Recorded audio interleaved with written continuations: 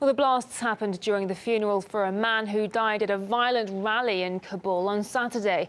At least 8 protesters were reportedly killed there, with several more wounded after police opened fire.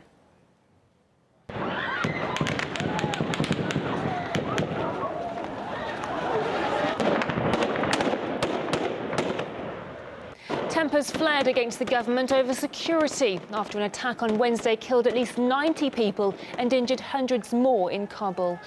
4 police officers are said to have been injured after being hit by stones.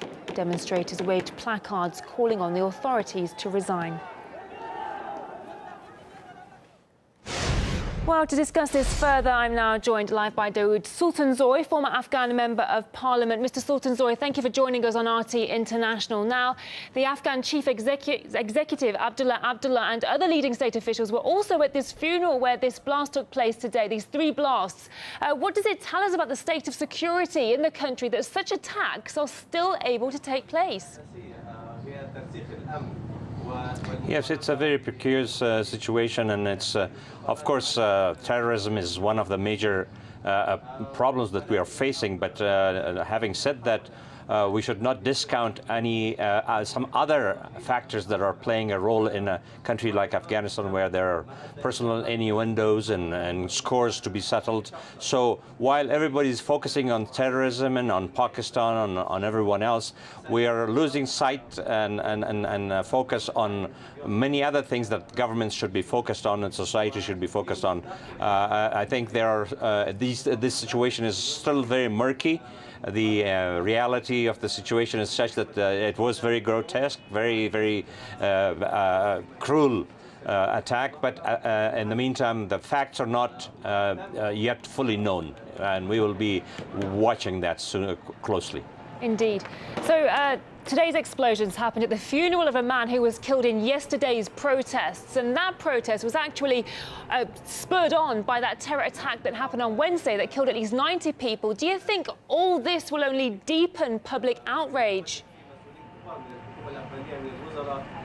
Definitely. I think whatever is happening behind the scene to cause these kinds of situations, the goal is to destabilize the government that is very weak even further, destabilize it, and also the internal rifts and the internal problems that the government I would call it self-inflicted wounds, are also going to be exacerbated. And definitely there are many things that we can learn from this. I think yesterday's situation was probably, once the reality and the facts are known, would probably be giving us a different story than what we're talking about right now.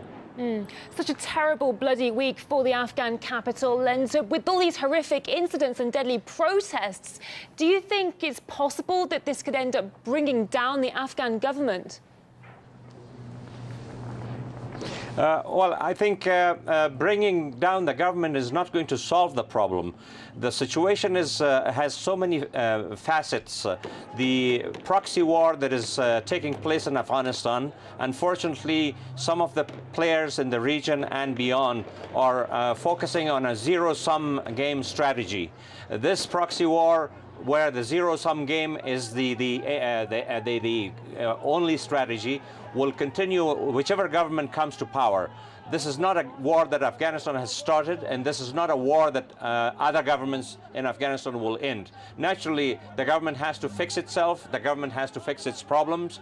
The people of this country are right always because they have problems. They need services. They need security. They need all kinds of things that a normal society needs. But of course, putting all the blames on one side or another side is going to be a short-sighted solution. I think there are so many players, both internally and externally, in this game that should all come together, and for the sake of the region and for the sake of their own interest, should come and put an end to this, because war is not a solution in Afghanistan, and Afghanistan will never succumb to wars. The people of this country are very resilient, and they will withstand all kinds of games that are being played, but the zero-sum game will not benefit anybody that is playing this game. Dawood Sultansoy, former member of Afghan Parliament, thank you for your time, sir.